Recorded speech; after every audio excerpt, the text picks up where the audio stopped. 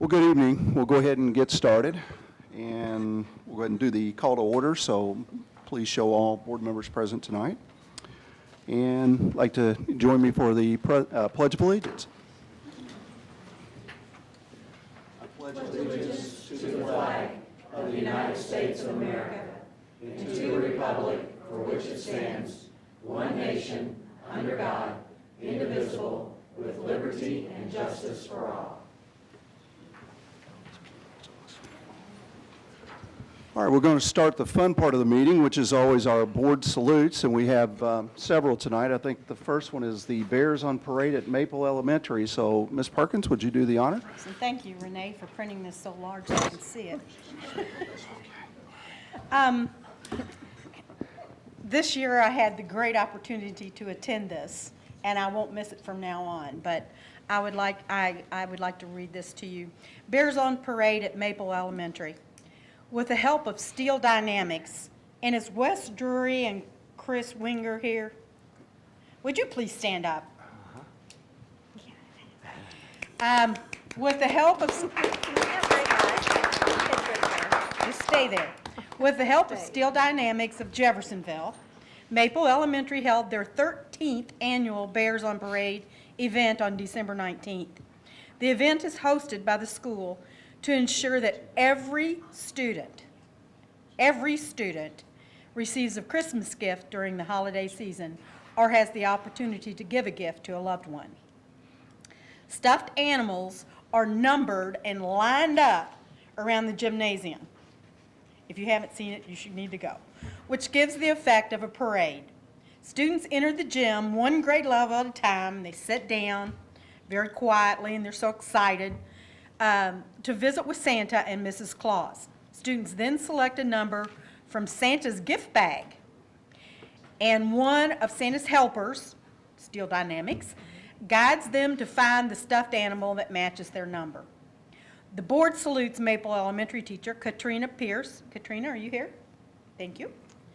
For her efforts in organizing this event. I mean, she has it organized down to, it's just amazing.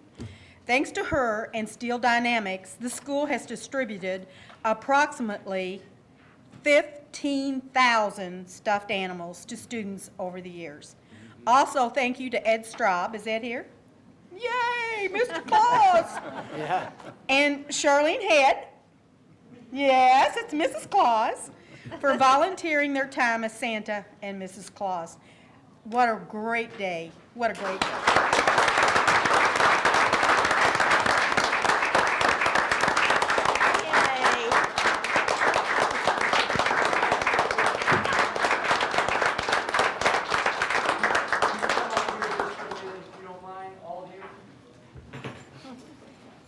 And while they're coming up, these guys from Steel Dynamics, they're two of the smaller ones.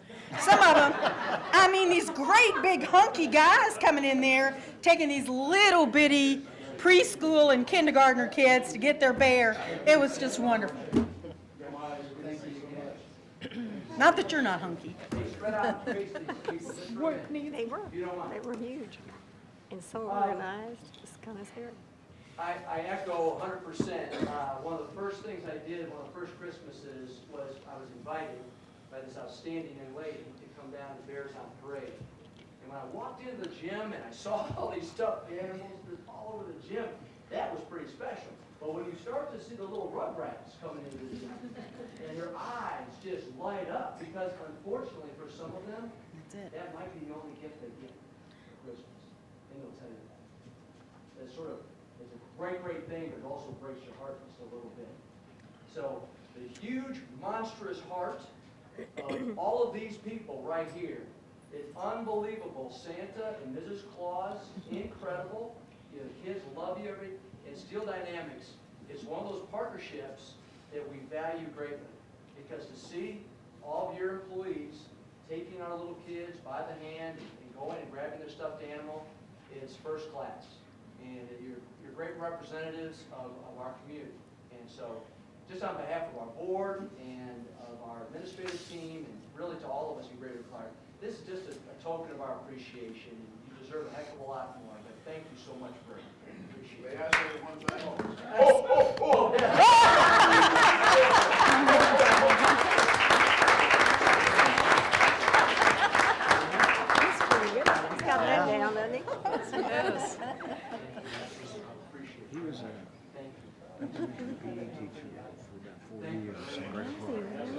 Thank you. Wow. Mr. White, you going to read our next? Yes. We're going to recognize Susan Botts from North Haven Elementary. Are you here, please? Why don't you come There on she up is. while I read this? We want to congratulate North Haven teacher Susan Botts for being selected as the Mutt Degrees Curriculum Teacher of the Month. The curriculum is an innovative pre-K through grade 12 program that builds on children's affinity for animals and highlights the unique characteristics and desirability of shelter pets. The curriculum teaches social and emotional skills and is unique in its bridging of humane education and social emotional learning.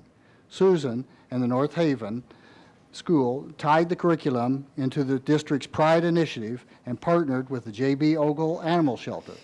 Students focused on the character traits of initiative and dependable and were taught how they could take initiative to help make a difference in the lives of the shelter's animals.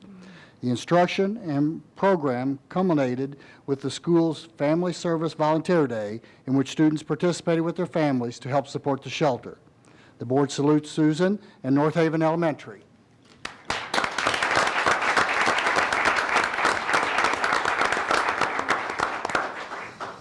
Susan is another one of those many unsung heroes that we have in our school system. She doesn't expect any recognition. I'm sure she's not the most comfortable person just standing up here in front of everybody. I visit North Haven regularly and enjoy thoroughly what North Haven does for their kids. Susan is a leader in that building and a giving, big-hearted person, just like the group that we presented before. Susan, can't thank you enough for what you do to help our students in North Haven be a little bit more exciting place to go to school. So congratulations. Thank you. Thank you.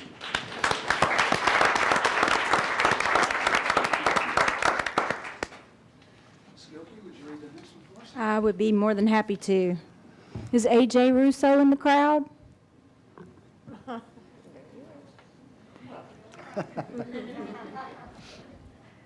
And are your parents with you? You all stand too?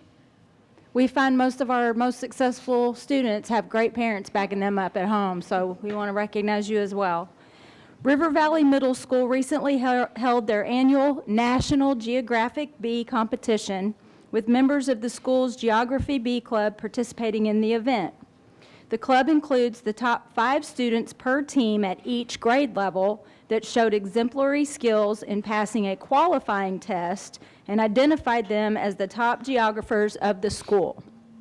Congratulations to A.J. Russo, an 8th grade student, for winning first place in the competition. He will now take the state qualifying test with hopes that his score ranks in the top 100 of the state, which would then take him to compete at a national level. The National Geographic Bee is a nationwide competition for grades 4 through 8. It's an education outreach program of the National Geographic Society and is designed to encourage the teaching and student of geography. The competition's first place prize is a $25,000 college scholarship, with other prizes awarded, such as monetary awards and classroom materials. Would you all help me congratulate A.J. Russo?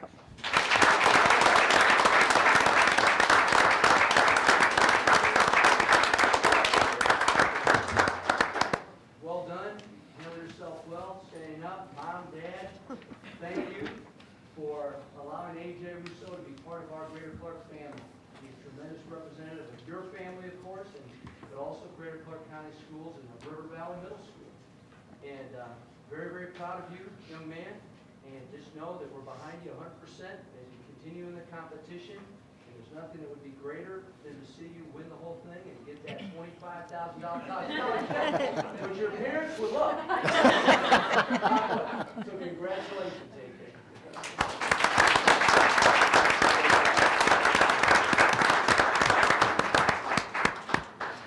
Ms. Ullman, would you do the honor? Be happy to. Business First Honors students. The board salutes 4 Greater Clark juniors who were recognized in the Business First publication First Honors, which recognizes the achievements of tomorrow's leaders. Students are selected based on their grade point average, volunteer activities, and leadership development experience. Congratulations to Elizabeth Libby West. Is she here? From Jeff High School, who plans to attend Georgetown University after graduation and major in political science. Congratulations to Sierra Weiss. Is she here? From Jeff High School, who plans to attend the University of Louisville after graduation and major in pre-law. Congratulations to Andrew House. He's here. From New Washington High School, who plans to attend Indiana University after graduation and major in criminal justice or pre-medicine.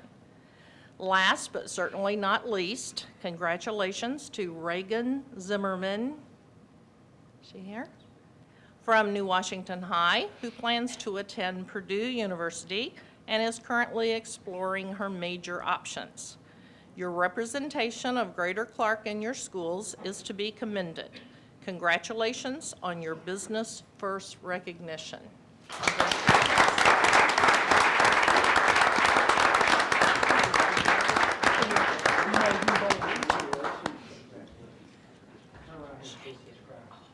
You know, the Business First is really a big deal. I don't know if any of you see Business First. It comes out regularly on a weekly basis, and they recognize the top students from the whole region. And so to have 4 of our students recognized as part of that publication is quite the honor. And I've got 2 outstanding young people standing to my left here. And again, I can't thank you enough for what you do to make us a better school system. I hope that we keep working hard for you to keep helping you achieve the goals that you have.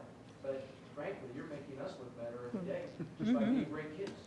So I think we're pretty lucky to have you, to be honest with you. So Elizabeth Libby, if you don't mind. I've seen Libby play soccer on an indoor soccer team, so she does a pretty good job there as well. And Andrew, hey, so proud of you two. Wish you all the best. Congratulations.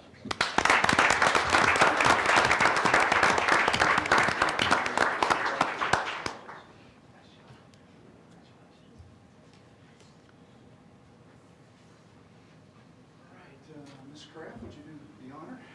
Yes, I'd like to say first that I plan to see AJ on Jeopardy. Or on my trivia team, because we Really? don't do geography very well. Okay, I have the honor of congratulating 2 Greater Clark County students that received awards for the Dr. Martin Luther King Jr. poster and multimedia contests. Entries for the poster contest were judged on the basis of neatness, pleasing appearance, originality, and relation to the theme. Winners and honorable mention are both contests received a free ticket to the Martin Luther King Scholarship Breakfast held at Jeffersonville High School on Saturday, January the 17th, which, by the way, was a marvelous thing. You should go next year. And the first place winner is, for multimedia video, Lindsay Keith from Riverside Elementary. Second place poster, Desiree Grant from Spring Hill Elementary. There she is. And honorable mention poster, Landon Kincaid from Riverside Elementary. High school, Landon. okay. Landon, come up.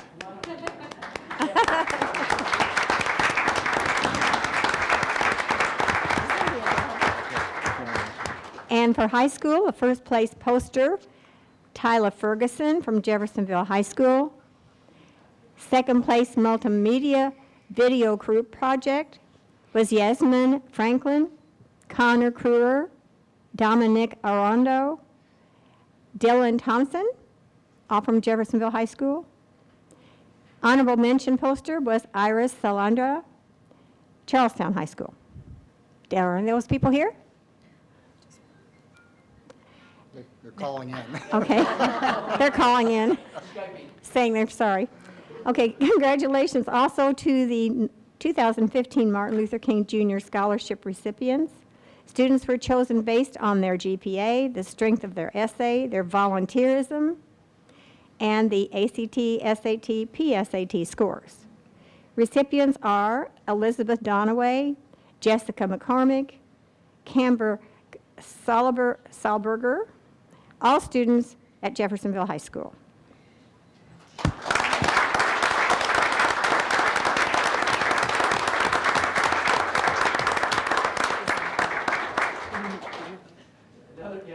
Another great example of why we do what we do. We've got great kids, great families, and we've got great staff that are committed to their success.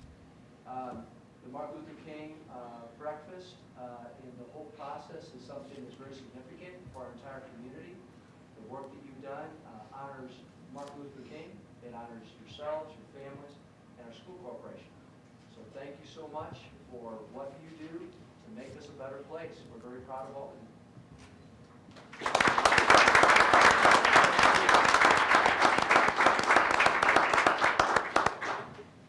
I'm going to give them their certificates.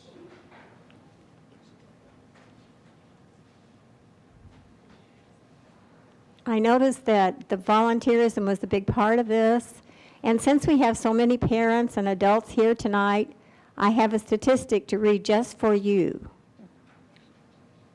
The mortality rate for volunteers is 22% less than for people who don't. So there you go.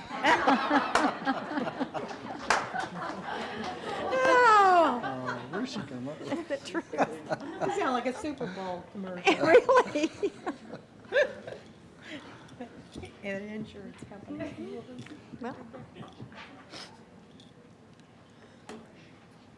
Oh, look, the back of the shirt. Thing for excellence. precious.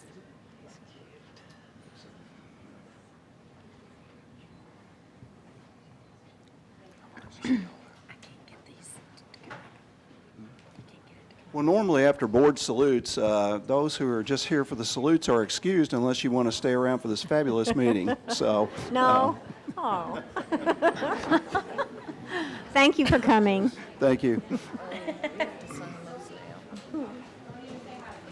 You can pass it. Hi there. I think I'm good. Hi, honey. Yeah, it's You did good. something about the Thank you. Wi-Fi here gets whacked up or something. I try not to. Thank you. I did yesterday. A lot of people, it's good. Yeah. Very nice program, and thank you for finally recognizing my daughter, Katrina. She's wonderful. It's been many years. She does an excellent job. Look at her, really cleared the place out. Would be the one that And that hairstyle you wore when you were in high school? That curly hair when you had? Yeah, yeah. Try again. Yay. All right, we'll go ahead and get started. Next on the agenda is the approval of the agenda. So are there any changes tonight? Dr. Mellon, board? All right. So moved. Second. Thank you, Ms. Perkins. Thank you, Mr. Hall. All in favor? Be 7-0. Thank you. Okay, next is the approval of the minutes from the previous meetings. I'd like to take all three of those together, executive, regular, and special meetings. So moved. Thank you, Mr. Hall. Second. Thank you, Mr. White. Any questions, comments? All in favor? Thank you, 7-0. Dr. Mellon, any public comments on agenda items? No, sir. Thank you. All right, next is the consent agenda. We have 5 items tonight: claims, travel, field trips, fundraisers, and personnel. I'd like to take those together. Make that motion. Thank you, Ms. Kraft. Second. Thank you, Mr. White. Any questions, comments? All in favor? Be 7-0. Thank you. Ms. Kraft, would you do the honor of our gifts to buildings? I wanted to do that. Okay, let me see if my machine is working. Oh, yes. Okay, yes. I never know if it's going to work or not. It's lovely to know that it is. Okay, it looks like we have $3,980.56.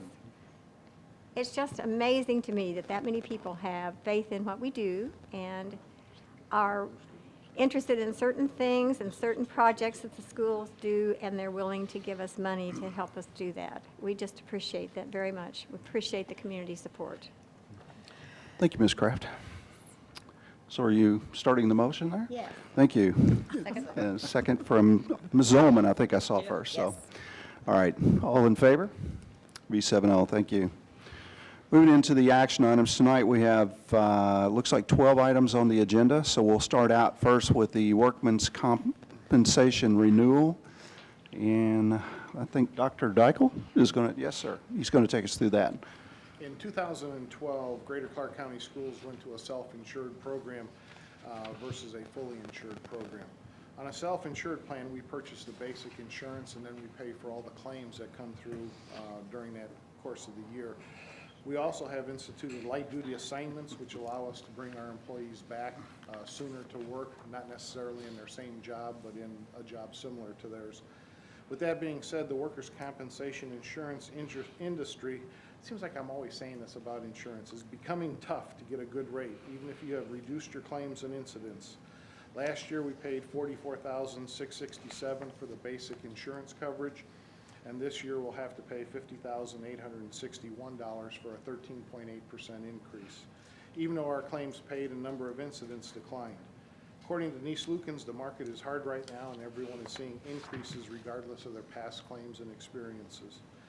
Companies no longer want to offer the $350,000 retention, which means we're on the hook for the first $350,000 on workers' comp claims, and they want to increase it to $400,000.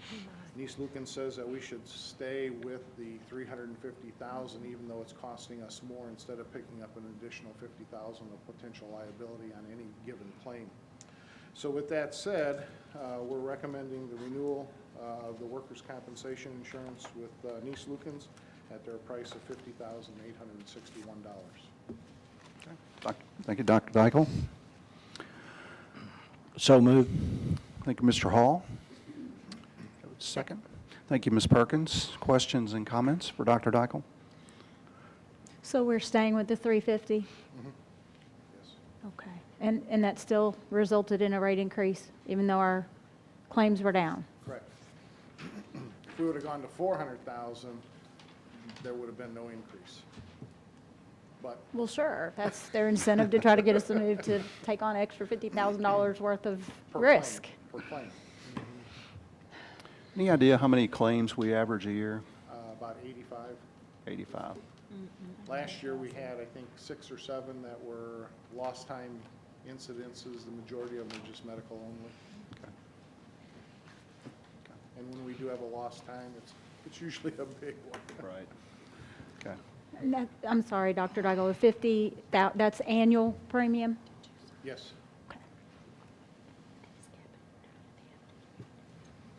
All right, further questions? All in favor? Be 7-0, thank you. Next is the Raptor software systems. Yes. No, go ahead. The Raptor. Okay, Sandy was going to make a roar like a raptor. Yes. I'm waiting to see that. I was waiting on the lead in there, but I was going to look for like a raptor on a screen or something of that nature. Anyway, the Raptor software system is something really interesting. We went and looked at it at New Albany Floyd, and basically what it is, it's a software system where if a visitor comes to a school, the receptionist or secretary, whoever, will ask them for their driver's license. They'll run it, they'll scan it into the computer. The computer does an immediate background check on the visitor, and we're basically looking for sexual offenders, things of that nature. But it will do a quick background check and then print out a badge, and then the visitor could put it on their shirt or blouse, whatever, and say they're a visitor to that school. We also have the ability to put in things that, you know, maybe they have multiple children in our school system, and maybe they have a not to be on school property. So they could type that into the system, and if the parent tries to show up at one of the schools and they run it through the computer and it says, this person's not supposed to be on school property, they can immediately, it would immediately text like the SRO, the principal, a variety of people, whoever we wanted, our safety person, and then we could hold that person right in the office until they show up. Now, if somebody didn't have like a driver's license, What we would do then is we would hold them in the office complex until the principal or the SRO showed up, and then probably escorted them to the classroom just to make sure everything was okay. So there's a variety of different ways that we'd have to go through training and things of that nature. But anyway, this Raptor system is really sharp. I mean, it even let me into a school, which I was surprised. So I mean, it's doing a good background check. It's an internet Or hosted. just a mess. What was that? Maybe it's not that good. Oh, my. Well, I passed my background check here. It's an internet hosted subscription which utilizes local hardware such as scanners and printer. The total cost for 21 units is $33,600, and then there's an annual access fee of $480 per location, or an annual fee of $10,080. You have the proposal attached, so we're asking permission to put this in, and once we get it in, then we'll start training our employees. All right, thank you, Dr. Dykle. We have a motion. So moved. Thank you, Ms. Perkins. Second. Thank you, Ms. Kraft. Questions, comments for Dr. Dykle? It prints the visitor badge, and it has the date on it, so that If they try person to couldn't sneak keep in, it and use it later. no. Okay. As So- long as the staff is looking at the Yeah. visitor pass and Yeah. says it's 2-3 and today's 2-5 or something. Well, now we have those, a lot of the schools have the visitors badges that we keep using. So is there going to be an additional cost for the, or is For that the- included in the price? That's included in the initial price, and then once we run through that initial 500 badges, So the $480 a year updates our system and gives our badges? we have to buy the supplies separately. okay. But the initial $33,600 includes the printer, the scanner, the badges, the whole initial setup. Yeah. So a school like Jeff High would probably go through 4 or 5 times as many as any other school possibly could. Board, one of the problems we were having is the badges, the visitor badges and the lanyards. A lot of them weren't coming back into our offices. Right. And so there was that added cost to replace them. And so not only does this do a great job of doing that criminal background check, so we can just be a little bit safer when visitors come in, but there's also the fact that badge being produced, we don't have to worry. They can walk out with it. They can do whatever they want. We don't have to worry about constantly worrying about replacing these, because it does add up across our district, so. And it does check for out-of-state licenses also. So we'll do a sexual predator check on that also.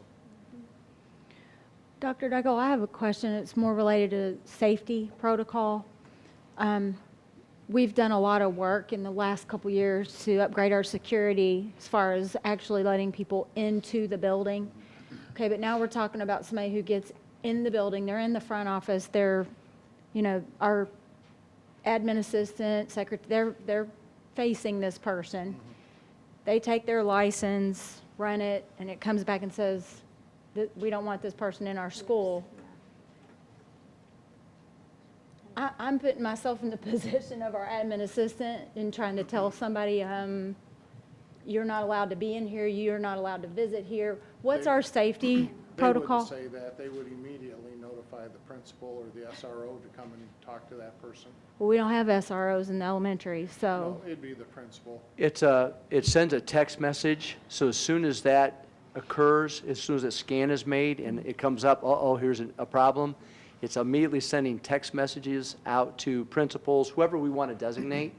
And usually our SROs, like in Jeffersonville, Charlestown, they can get places relatively quickly. And so it would go to them, and so they could respond.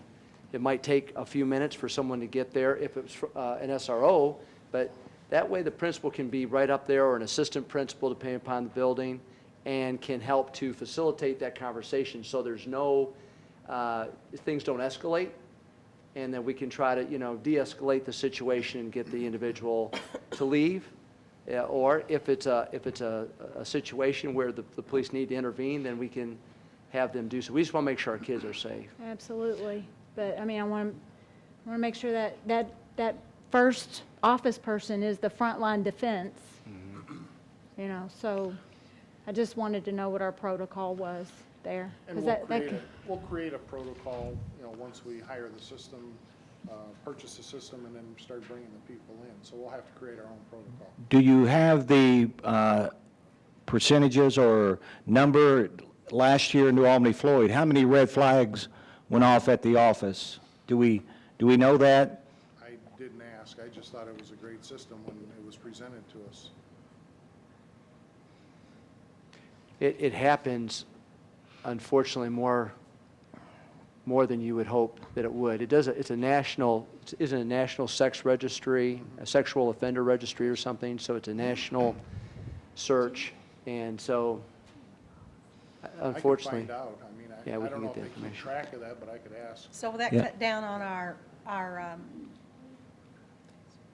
when we have volunteers in the building and we have to run a background check on them, we don't have to do that anymore? We use this? Yeah, I think that, Well, Yeah? are we still? No? does it do a limited criminal history check, as well as the national, would it take the place of the limited check? No, This only No. does the, just visitors, so, Yeah. it's just for the sexual offender registry, I think was the focus. Dr. So we Dyke- will let our parents know if we get this and install this, we would notify our parents that this is going to be asked of them when they come in. So if they have an uncle that has a issue in the background, they'll not send him to the school to pick up a kid. Will you go ahead and use Aaron? Yeah. And through Parent Connect and our school messenger system, and make sure people are aware, so when they come into the buildings, it shouldn't be a surprise. I mean, we'll do everything in our power. And again, it's supposed to be in everyone's best interest that we're doing this, you know, so. But there will be an occasion where someone might try to come in, and as soon as you say, we need a driver's license, they may just turn around and leave. Yeah. Didn't that happen in a New Albany, Floyd? and then we had one where at New Albany Floyd, the parent was not allowed on school property at that school. Didn't realize it was school property in general, so he went to another school where he had another child, and it popped up on the screen, because you could put little notes in there, customizing it to your own school corporation.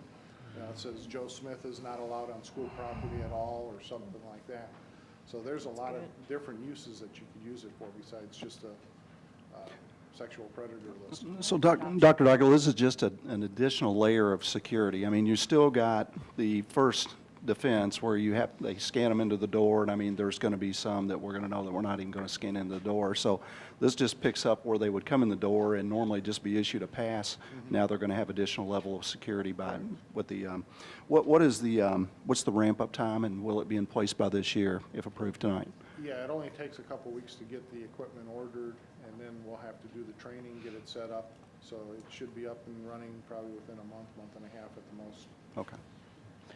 I think you may have said it, but I believe we ought to offer our administrative assistants, receptionists, in-service on how to handle, you know, when it comes back, because I think to have a little security, and maybe even our elementary principals, you know, how are you going to go tell Mr. Smith, you're not welcome here today, you know? Yes, We will be sure to do that. That'll just be part of the training that in the protocol, we'll have to go through the training, obviously, make sure everyone's up to speed, make sure that we try to inform parents, and it sort of reminds me, you remember when, unfortunately, after Sandy Hook, we had to really ramp up and not allow people in the doors as easily or readily. And remember, we had parents that, you know, understood. Luckily, they understood, and they were patient with us. I hope that they'll show a level of patience here, too, when they know we're doing it just for the sake of our kids, I hope. But we will do that training. I think this is wonderful. I do too. We maybe need to go ahead and look at what we're doing to protect bus drivers, and we maybe need to talk with them about, or make some kind of policy, or have you look into that, because that's the first line. And I know I've had some experience with that, and it's not a good experience. So it's very difficult to deal with, but we can probably do that since we do everything else so well. Well, I'd like to talk to you privately on the Okay. bus driving issue, because that is a concern of mine, too. Right, right. All right, further questions? Already did our motions, didn't I? Yeah, okay. All right, all in favor? B7-0. Thank you. Thank you, Dr. Daigle. All right, next we have the Rotary Club grant, Creating Our Future, and Dr. Hartledge again is bringing us money. Susan Stewart, our advanced coordinator, our advanced program coordinator, pursued this opportunity with the Jeffersonville Rotary Program to use this money as a supplement to other grant monies and donations that we have used for our high-ability programming, specifically for our middle schools, in which they do a variety of curriculum and workshops in conjunction with the principles associated with Muhammad Ali. So we are asking that you receive this donation of $500 from the Jeffersonville Rotary Club to enhance this current programming that we have. Thank you, Dr. Hartledge. Move to accept. All right, thank you, Ms. Gilkey, the Second. first, and Mr. Hall, the second. Any questions? All in favor? Be 7-0, thank you. Next is the e-learning summer conference keynote speaker, and that's Ms. Schellenberg. Yes, we've expanded our conference this year. The Department of Ed offered several grant options, and we went with a collaborative grant option, which increased our funding from right around $6,000 to $11,000. But as a collaborative group, we're working with Clarksville schools and running a joint conference together. So there will be a lot of collaboration opportunities, and our keynote speaker is funded out of that $11,000. And then we'll have other speakers that will do breakout sessions, and their rates will run anywhere from $1,000 to $2,000 depending on the sessions and the size of the sessions and such. So we'll be bringing over the next couple of months several speakers to add to the agenda, as well as recognition for sponsors who will help offset costs for the program. Okay. Thank you. All right, do I have a motion? So moved. Thank you, Ms. Perkins. Thank you, Ms. Ullman. Any questions, comments? No? All in favor? Be 7-0. Thank you. We have a new policy review. This is, looks like first reading tonight for volunteers, so won't be action on it. And Ms. Lewis, I think you're taking us through this. Thank you and good evening. Yes, this is a little different from visitors that Dr. Dykel was talking about. This is actually for the persons that want to be in our building on a regular and continuing basis. And this is a Neola policy format, and it is a first reading, so there's no action needed, but I wanted you to be able to see on the policy, the strike-throughs are things that we have elected to eliminate from the Neola sample, and then the yellow highlights are items that we have added, we are recommending be added into the policy just for some clarification on what direct contact is, definition of direct contact, because we're going to increase our expanded background checks on our volunteers in pretty much most cases. Some of the limited ones will be just like on a single event type of a thing. So take a look at this. If you have questions or concerns, shoot me an email. We also have attached the form that they will be asked to sign off on that will give us permission to run the background check. And because we realize we have non-English speaking persons also wanting to volunteer in our building, which we welcome, we have it in both English and Spanish. So that's the first one. All right. Any questions on that? Questions there? All right, and then we have policy 1260, which is parent organizations, adult support groups, first reading. And again, this is a first reading, no action is needed, but we used the Neola format for a policy for, they call it parent organizations. We have always called it adult school support groups because many times we have persons who are not parents of our students, but have been when their kids were in school, or they're just supportive of the community activities that we're doing and they want to be part of the group. So we used their format. We did again strike-throughs on areas that we thought were not necessary to our needs and benefits. We added in with yellow highlight, and The key items basically are all the organizations have to be chartered and sanctioned by the school board. So if we have new organizations that come in, there's a chartering process that they will go through. All organizations need to have their own not-for-profit tax ID number issued by the Indiana Department of Revenue. And basically what that means is it's a tax ID number for purchasing purposes. You know, if they want to go out and buy items to have for their fall festivals or their spring festivals, they need their own separate tax ID number. They don't use Greater Clark's tax ID number to make those purchases. And then if they plan on undertaking any gaming activities, and those are games of chance. I'm going to tell you that a cakewalk, a raffle, the duck pond, when you reach in and pull out your number and win a prize, those are games of chance. So if you're going to do an activity like a fall festival and you want to do those activities, it's not illegal if you have your 501c3 and you file with the state for your gaming license. You just have to go through the protocols to get there. So if any of our booster groups or support groups want to do activities that include games of chance, they have to go through this process. Also, you know, the question comes up as to whether we need 501c3 status for all our not-for-profit organizations. And you know, Dr. Mellon and I have talked about this, and he can certainly address it also. Your 501c3 would be a benefit if I wanted to make a donation to the girls cheerleading boosters at New Washington High School, and I wanted to be able to write that off on my taxes. You would need your 501c3 rather than your state tax ID number to have that be a valid organization that you could get your tax exemption from.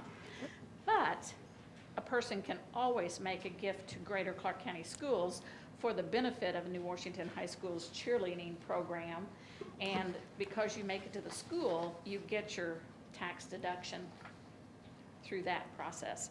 So we're not certain it's really a necessity. It's expensive. It costs $300 or $400 to apply for your 501c3 status. But certainly these are things for you all to think about between now and the time we bring it back for a second reading. And then we are asking that these organizations submit financial reports, including bank statements, expenditure reports, on a monthly basis rather than an annual basis. And this is to make sure that our building principals are aware of what's coming and going with these groups. We certainly appreciate all that they do, but we want to avoid any opportunity for any mismanagement of funds.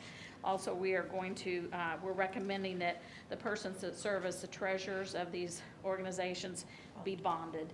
And then we had some suggestions for items to be included.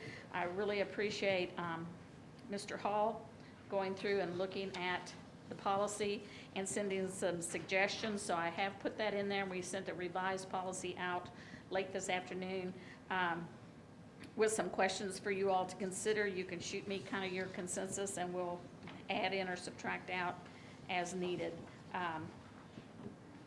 So that's what we have at this time. No action needed, just wanted to kind of highlight. Any comments, questions, concerns? Questions? I have just a couple comments on some of the things I brought up about in the past, we've only allowed at the elementary schools to have a PTO. And why not allow our elementary schools to have a athletic booster club? I believe the kids in Greater Clark, we don't play soccer at a young enough age, and we don't offer volleyball at a young enough age. The girls and the soccer player, boys and girls at the high school level in Greater Clark are at a disadvantage because they get such a late start at the school level in those sports. So maybe if we had an athletic booster club, they could help fund those sports at the building level until they get their feet on the ground and get up and running. So that's the reason I put that in there. It may be something we want to take a look at. And certainly you as a board can collectively decide. I put in here, does the board want elementary booster clubs? And certainly if you do, work with the superintendent, and I'm happy to add that into the policy if you all collectively believe that that's something that we need. I thought it was a very good question to raise. Sandy, what would be the downside of doing that? I mean, is there one? Of an athletic booster group at the elementary level? Elementary level. I can't think of one off the top of my head. It does cost money we're one of the few, not every school district has an elementary athletic program. I've been in other districts and we've never had that opportunity, so we're pretty fortunate to have it, but there are costs that we incur to have it. So if there's a way to help defray some of those costs through an elementary athletic booster group in the school, certainly worth serious consideration. I think our team can look at it and consider the pros and cons, but off the top of my head, I can't think of one, but we'd be happy to come together as a team and come back to you and let you know. If we can't find a negative, then that's a good thing to add to the policy. Makes the decision a little bit easier. Yeah. And I think the only thing would be in some of your small elementary schools, they have a limited pool of resources to pull from to be in their PTO and to support those activities. And is it a negative to them to try to have two different organizations? But, maybe that's handled on a case-by-case basis. Well, that's a good point to consider, is that some of our elementary schools get tremendous parental support, not only through their PTOs, but through their athletic programs as well. And some of our other elementaries are not as fortunate. So that's at least something we'd want to consider a little bit, because we want to be careful in terms of, we don't want to create a haves and have-nots scenario. So how could maybe there's a balance that we could find there that could be of assistance. Maybe it's an athletic booster group, an elementary athletic boosters that would raise dollars for all elementary schools, so it wouldn't be specific to just one elementary. Something like that. Let us brainstorm that, because I just want to make sure we don't have some buildings that greatly benefit from that and other buildings that would not. Okay, any other questions? All right, thank you, Ms. Lewis.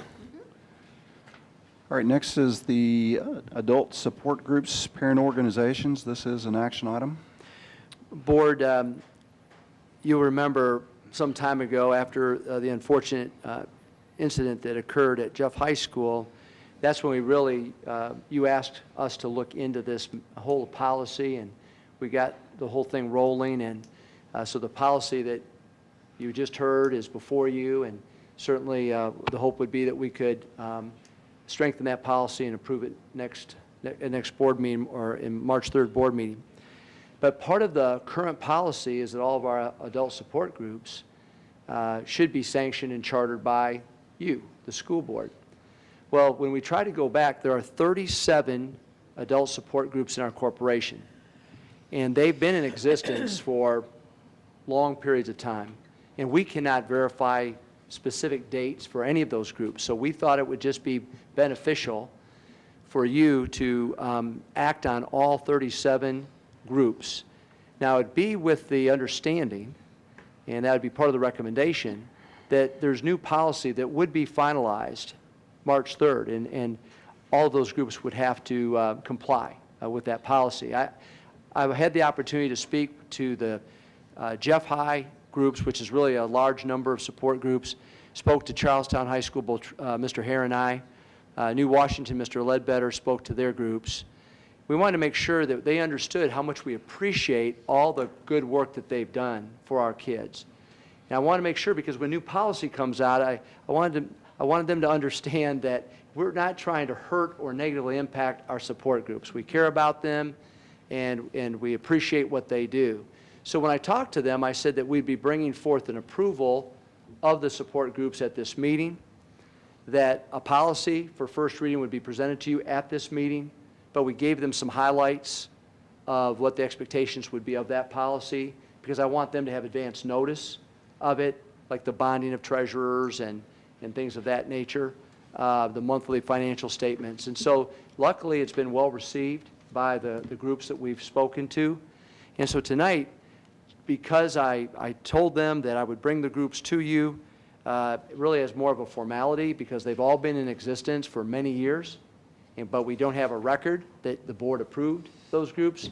I thought as a starting point, we'd approve them with the recommendation or understanding that the policy would be adopted and they would all need to comply, but I don't see that as a problem. So move. Thank you, Mr. White. Do we have a second? Second. Thank you, Ms. Perkins. Questions for Dr. Millen?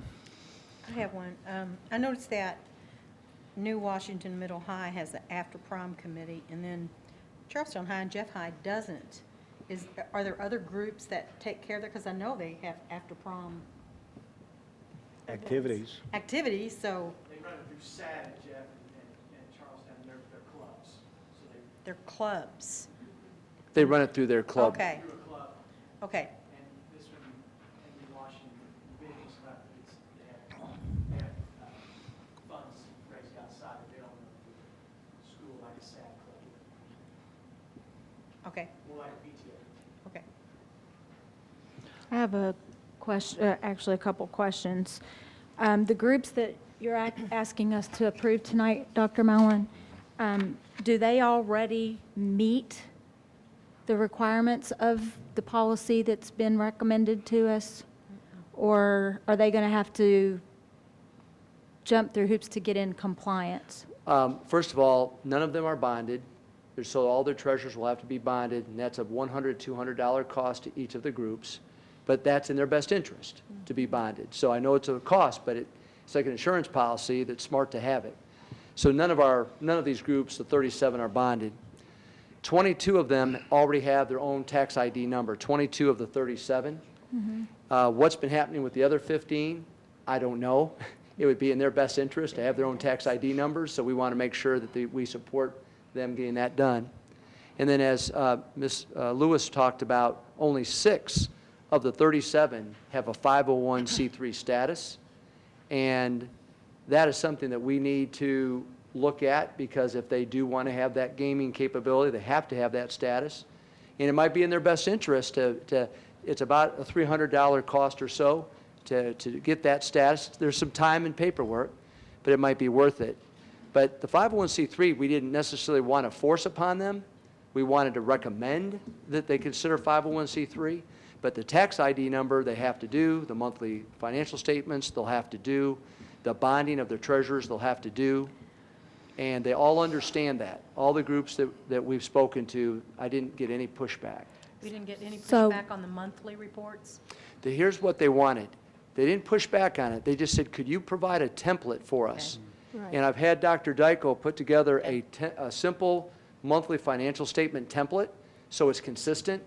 Most of the groups, they utilize checkbooks, and then they get monthly bank statements. I told them that it probably would be in their best interest to take their monthly bank statement from the checking account and take the financial statement, because that really helps you track revenues and expenditures, and just staple it together and then present it. We could even do it through electronic forms, so they could submit all of this through electronic forms to the principal. That's the other thing they asked, so that they could do it electronically as opposed to do it by hand. But that was they just wanted some extra guidance and support, and we said, Dr. Dykel's willing to go anywhere, anytime, any place to provide that, so we'll make sure that. So is there, He's saying no. Okay. At the elementary level, Renee, I have to thank Renee a great deal, because she makes me look good with this information. It actually all came from her. So, but she reminded me with all the elementaries that they already go through all of those steps. So it's not a new venture for them in terms of these financial statements. At the high school level, that's where we need to be of some help and assistance, because we've been sort of all over the place with those things. So So- does the monthly, I'm sorry, go ahead. does the monthly report go to the principal? Yes. Okay, and then is there a report that goes to the district Yes, eventually? in fact, I think that's my oversight. I think we had talked about, and we can revise this for the final read, but I thought we had talked about an annual statement that would go not just to the principal, but to the CFO of the corporation. And I just, as I was reading through it here tonight, I missed that, so that's my fault. So we can add that for the next time. But that way, we have an annual report on file that can be presented to you at a board meeting, just sort of an informational item so you could track how everyone's doing. So if we go on and approve these groups tonight, and then a month from now, we approve this new policy, what's going to be the timeline for them to get into compliance, and who's going to ensure that they do that? I think we've started that process already with the meetings that we've held, and all the principals of the buildings have to make sure that their groups are in compliance.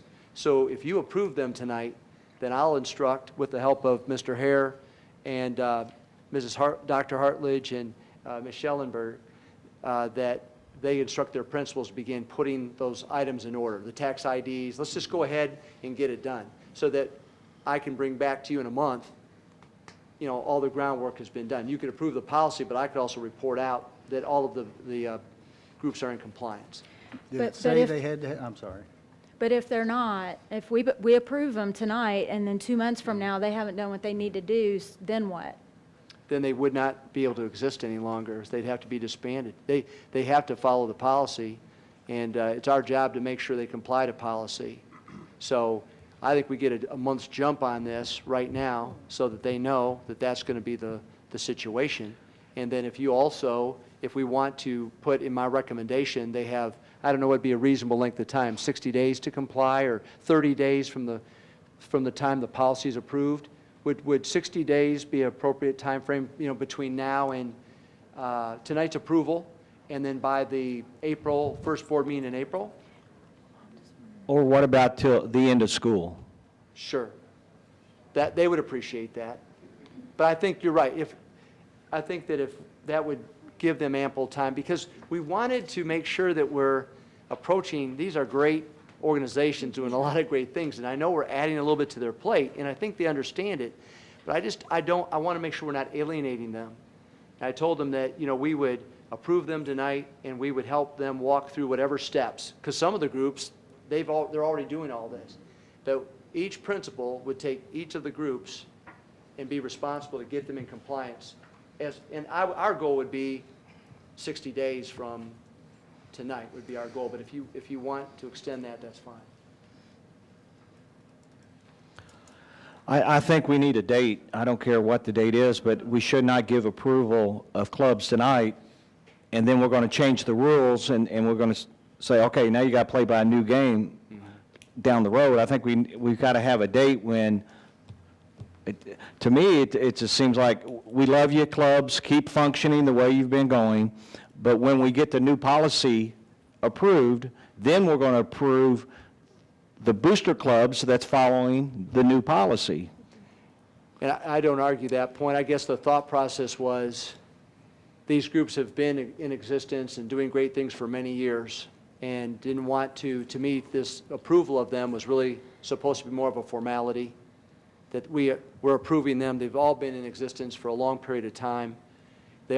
We could make the approval tonight contingent upon total compliance of policy within 90 days. Yeah, because once the policy becomes in effect, if they don't comply, then they're disbanded. They're disbanded. I mean, it's, But would that be helpful if we just said that tonight, the recommendation, we approve you tonight with the understanding that you'll be in full compliance with policy within 90 days? of the policies. Yeah. Which really gives them 3 months, 4 months. And it's really for their own protection. Right.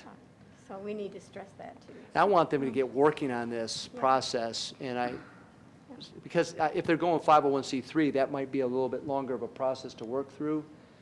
So I think if we were to say, even by June 1, do we want to say? But they're not required to do a 501(c)(3).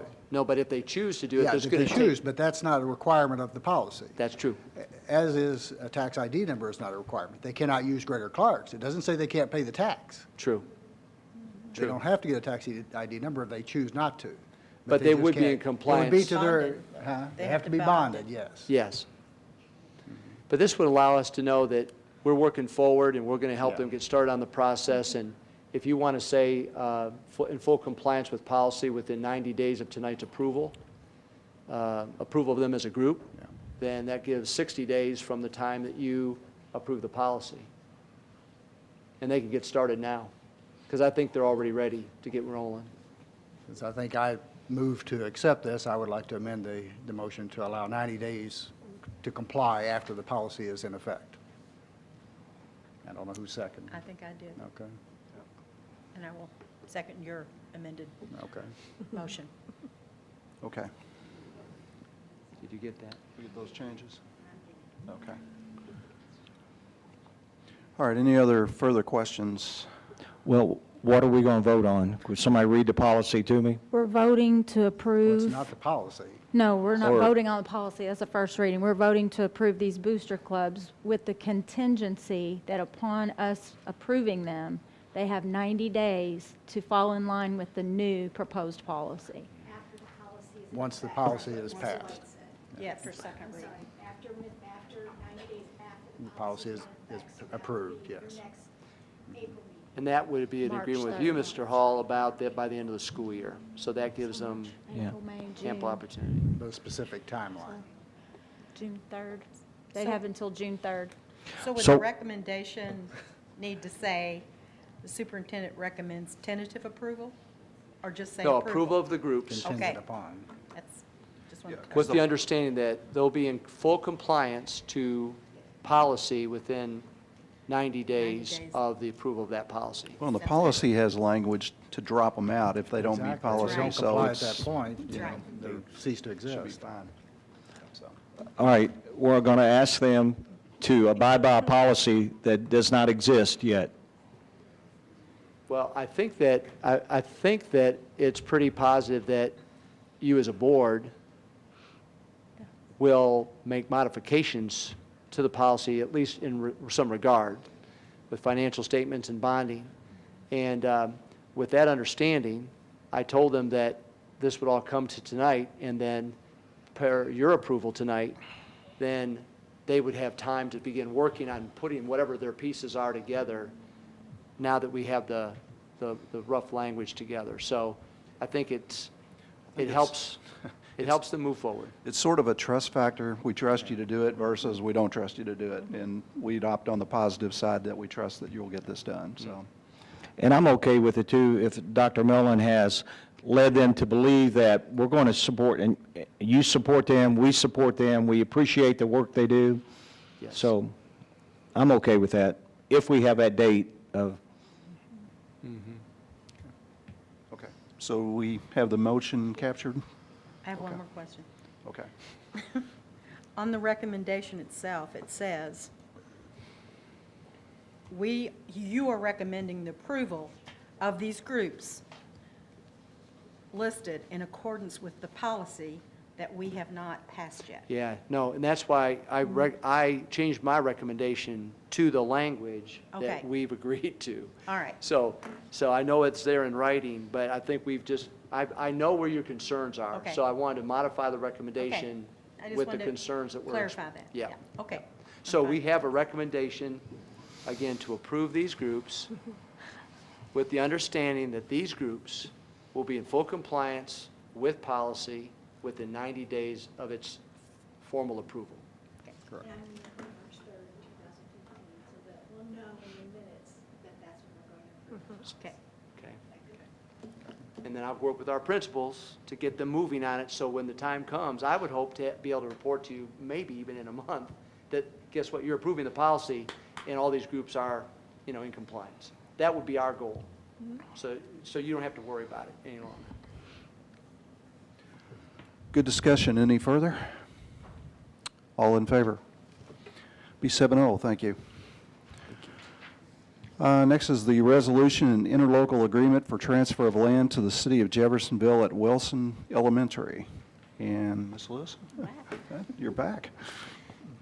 This is exciting. If you've been over near Wilson Elementary School, when kiddos are arriving and parents are dropping kids off, or at the end of the day, or even during athletic events and times of other types of events, there's traffic congestion, major traffic congestion along Charlestown Road there.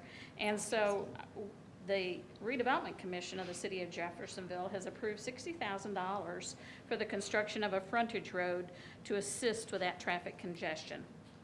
and that will do the roadway improvement in that location. But in order to do it, we need to designate the land to be transferred to the city, and we're doing that through an interlocal agreement, which we normally do, that allows lands to be transferred through to governmental entities. And also, we will, as a part of this approval this evening, you would be giving your president and secretary authorization to sign the deed of dedication. And then we have been working with David Blankenbaker to do the survey work. And in your packet of information, you see the Wilson Minor Plat, and it's just a small acreage of land, and it's called the Wilson Minor Plat. And so the recommendation this evening is to approve the resolution and the interlocal agreement with the city authorizing that transfer of land so that they can get in a position when the weather breaks to begin to do those roadway improvements. We're pretty excited to get that work done. I think it'll improve safety. I'll make that motion. Thank you, Ms. Kraft. I'll second. Thank you, Ms. Gilkey. Any questions, comments for Ms. Lewis? It's been needed so long. Absolutely. Oh, my. So, Should be a good thing. all right, all in favor? Be 7-0. Thank you. Yes. Oh, 4 happy teachers. So glad we made you happy. Why didn't you just say? All right, next item is the addendum to the interlocal agreement with Clark County Commissioners for salt and brine. Correct. And back in December of this year, to get a head start out there on making sure we had enough salt and brine up in the New Wash, Upper Charlestown areas, we had an approval of an interlocal agreement and a resolution that authorized us to purchase the salt. And since we did that approval, and we were really kind of pushing toward the end of the year, that we've been notified by the county that the cost of the salt actually went up for 2015. It went up $1.10 more per ton, from $71.10 per ton to $72.20 per ton. So we're asking that you would approve the addendum to this interlocal agreement with the Clark County Commissioners for the salt and brine. The brine is part of the interlocal. We only pay for the brine on an as-needed basis. So that's our recommendation. So moved. Thank you, Mr. Hall. Second. Thank you, Ms. Kraft. Any comments, discussion? All in favor? Be 7-0. Thank you. Thank you. Next item is the Hospice Grief Counseling Memorandum of Agreement. I think Mr. Hare is going to take us through that. Yes, sir. Board, Hospice is, you're familiar with, they specialize in grief counseling. They actually approached us, and they have a program for students. It's a 6-week grief counseling group for grades K through 12, and they reached out to us. There's an MOA that's attached. I brought them in, and they met with several of our counselors. Our counselors said that we have an immediate need, especially in a couple of our middle schools and one of our high schools, and then we'll reach out to the SAMs in our elementary schools. So really felt like this was something that we had an immediate need. Hospice said that they were certainly, looking forward to the partnership with us, and they have the capabilities of running 2 or 3 of these concurrently, so they have plenty of help to do that. It's at no cost to us, no cost to the students. It really feel like it'll be a great service that we can offer our kids. Move to approve. Second. Thank you, Ms. Gilkey. Second. Thank you, Ms. Perkins. Any questions, comments? No? All in favor? Be 7-0. Thank you. Thank you. Next is the Arts Contract Scott Lang Leadership Seminar. Yes, this is the 3rd year we've asked to bring Scott Lang back to work with not only Jeffersonville students, but over 300 students in the area. He provides leadership for students who are engaged in fine arts. Each school corporation kind of takes a little bit piece of his cost, and ours is the $1,500, which is about $5 a kid of what he charges. So we'd like to bring him back. Teachers go watch his interaction with students and kind of develop action plans for their arts programs. Okay. Thank you. I'll make that motion. Thank you, Ms. Kraft. Second. Thank you, Mr. Wyatt. Any questions, comments? How do we pick our students, Amy? Are they From all three high schools? They're or- from all three high schools and outside kind of this area. So most of the competitive band organizations within the area. And so some will help pay for his travel. Each school corporation, just depending on the size. We have got the largest group, Right. Obviously, so. Are they teacher nominated to be able to attend, or do we just take everybody who wants to? Take anyone that wants to, but obviously the leaders within the band, the actual marching band, but then we try to use recruitment as well. So kids that are maybe are taking lessons, that they'll go through as well. Okay, thank you. Further questions? All right, all in favor? Be 7-0, thank you. And the next is the highly anticipated radio television. You got it. I'm just All back right, up here. I have my colleague over here to the left. Board, you remember from our last meeting, we presented a pretty comprehensive plan to you that's very, very exciting. And the ultimate cost, there's expense initially to get this done, but then on an annual basis, through not only CTE funding, but also through underwriting grants, we believe operational costs on an annual basis will be covered through those methods. Pretty extensive construction process. Mr. Covert is here from Covert Hawkins. We appreciate his firm's work on this moving forward. They would be the architects to help guide us and to make sure this comes to completion. Mr. Dench is in the back, silent, but very effective. Very patient. Thank you He for is your very patient. patience. And, you know, he's done this work before. He's put together top flight radio and TV programs, and so we're fortunate to have him. I appreciate Travis and his leadership, Steve Hobgood. And if you were to approve this tonight, we would begin work on this tomorrow. Dr. Dykel will bring forward specific financial funding, bond-related information to you. It'd probably be at the March meeting is what we're anticipating. But you have the budget there.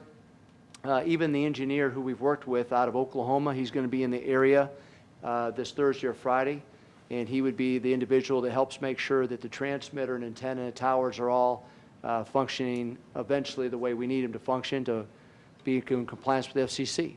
So I think we've got a good team ready to go, and it's really going to be an outstanding opportunity for our kids and for our school system, and I highly recommend you approve the implementation of radio TV at Jeffersonville High School, Charlestown High School, and New Washington High School. So moved. Second. Thank you, Ms. Hall. I didn't hear, who was the second? Oh, Ms. Perkins, thank you. Okay, questions, comments? Real exciting news. I think this is a great adventure for Greater Clark. The only thing I would recommend is that we have a soft ear for season ticket holders at Jeff High. If there's any way we can save more seats in that end zone, it looks like, I don't know how many seats we're losing, but in the diagram, looks like it's just a 3-row section there, very small, and there's been people that's had season tickets in that end zone for a number of years, and maybe there's a way to save more seats in that underneath our radio TV room in that end zone. I don't know. Maybe there's not, so. Hal, do you want to comment on that? Well, I mean, we can certainly take a look at that. What we were actually doing was matching up with what was on the other end of the facility there. It's a lot of seats. But what we can do is we can look at it, and if there's a way to add a few more rows, because initially, the initial thought process was to enclose that whole end, and just for a lot of reasons, and we thought, well, and have that as storage underneath or other purposes, but we know the importance of maintaining seats at that end. So we'll look at trying to maximize that. Mr. Holland, we've met with Mr. Satterley. He's aware we were waiting for approval, and certainly we'll take care of that as the season wraps up and let those folks know well ahead of time. We've had that conversation a couple of times. I think you're right. Get any clarity on the antenna at Jeff High, on where it's going to go? Yes. Mr. Covert and his firm was kind enough to look into it. We were hoping we'd be able to put it on top of the roof, but the roof cannot handle the structure, which is fine. So the tower would be placed on that property just outside of the building. Is it near the welding? Yes, sir. Just outside the welding area? Correct, Hal? And in a way, that's fine. The tower will have to be a little bit taller. There'll be a little bit more expense, but it'll still be, very, very manageable. And there'll be protective fencing and so on around it so that it's should be nearly impossible for anyone to try to get up that tower. But anyway, that's the best we can do. You can always razor wire. Yeah. Good luck on that. Yeah. I'm really glad. That was worrying me at the last board meeting about the roof. Yes. Okay, thank you. Yeah. All right, further comments, questions? I'm just very excited about this, to be part of it. I think we're kind of out there like no other school corporation. I mean, to have two frequencies and first class guy to run it, I'm very pleased. All right, all in favor? Be 7-0, thank you. Thank you. Board, I just wanted to say, Dr. Mellon, I want to self-report that if you get a statement tomorrow that I made threats at Jeffersonville High School this morning, I was guilty because I said if he shows up to a board meeting in green again. Oh, I see. So I just want you to know how good he looks in the Jeffersonville red sitting back there. He's done a great job, but he's also done a great job at Charlestown, and we're heading to New Washington Thursday. We have a tentative meeting that we will now make And it permanent doesn't at 3 agree o'clock with any of tomorrow, those Jeff, to get this started No. with Hal and the team. So we'll hit the ground running tomorrow. So the kids at Charlestown, the excitement there, Mr. Dench, it's amazing, and it will be likewise at New Washington. So Well, in he's done fact, a at great New job. Washington, their media specialists, they've already started to do announcements, as you know. Yeah. And we were up there just to look at some potential radio studio locations, and so that staff is excited, and those kids that have been involved in the announcements are excited. So I think it's a win all the way around. For sure. I went to Charlestown just for a week ago to recruit for whoever's going to be there. I had students come to me and I passed out over 100 applications. That's great. What color shirt did you have on then? Yeah. I hope blue. Green, that's all that's in his wardrobe. There was 100 students that sought me out there and asked for applications. Good. That's good. They were very, very excited. And one of the opportunities too is that this gives the kids at the schools a chance to stay in Charlestown. Because it's a 1-hour program, and some of our kids have traveled to Jeffersonville with great programs, but a 3-hour program from Weldon, this is a unique opportunity because they can stay there and get honors and things like that. And that's something that we didn't think about at first, which brought to my attention very quickly for the kids. That's a win-win situation for everybody. And I actually had, before I came here tonight, about 5 o'clock, a guy from Oregon called me because he saw some of the press coverage we received in some of the national magazines. He's reached out to me because he was in the exact same situation like 40 years ago, starting the program, and he wants to stop by and visit and then contact us as well. So the word is out there, and it's great for the whole program. Yes, it is. We're excited about it. Thank you for the update. Thank you, word person. Thank you for putting the word out there. He acts like I'm not talking to him. All right, so the next item is reports or requests. So, Mr. White, did you have any requests? I don't have any, thank you. Ms. Perkins? No, thank you. Ms. Zillman? No, thank you. Ms. Kraft? No, thank you. Mr. Hall? No, thank you. Ms. Gilkey? No, sir. Okay, I don't have any. Dr. Millen, public comments on non-agenda items? Any None for tonight. Okay. All right, so we'll wrap up with board comments. So, Mr. White? Just that when we have our recognitions of our students and our staff, it just sets the tone for the meeting, that Yeah. the whole meeting is much better to me. So I really compliment all those and really appreciate the great staff and what they're doing with those students. Thank you. Okay. Ms. Perkins? I agree with my fellow board member here. I had a mother come up to me as they were leaving, a mother of a teacher, and said, "Thank you for recognizing my daughter. I really appreciate it." Ms. Zillman? I want to thank the opportunity to go visit the schools that I've been to. New Washington Elementary had a fine meal for us, and North Haven had wonderful kindergartners. They were just awesome yesterday. Ms. Kraft? No, thank you. Mr. Hall? The same thing as Teresa said. I was at New Washington Elementary. great school, good kids, and at North Haven yesterday, great school, heading in the right direction. Kindergartners, if you need to be pumped up in life, go into kindergarten class. That's true. Ms. Gilkey? Thank you to our teachers for sticking around. This makes for a really long day for you all. But thank you. And then so often we salute, and that's the favorite part of the meeting for me. I love it. But then sometimes I think maybe we forget to give public gratitude to our superintendent and the executive staff. We are headed in an amazing direction. We're offering new programs we've never offered before. We're doing dual credit AP, junior achievement, radio and TV. I mean, we have so much to offer, and I just want to thank you. I know you all work tirelessly. You're always bringing us new money, and I just want to say thank you very much, because I know you all have some long days as well, and we do appreciate you very much. Well, I can't say that any better, but I do appreciate Ms. Kraft bringing us I Love Public Education buttons. We were wearing those proudly, and so thank you, Ms. Kraft, for that. Yes, thank you. All right, Dr. Millen?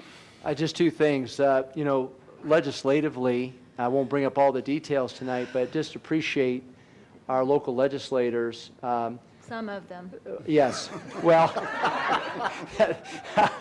Sorry. I greatly appreciated, I know Ms. Gilkey and Ms. Zolman were kind enough to attend the legislative meeting Friday, and it was a great discussion, and we do have people that are listening, and I appreciate that very much. And then on Saturday at Clarksville, Mrs. Kraft was there and for the Senator Groom's town hall meeting. And so I think at least they know that we're there. We're always there.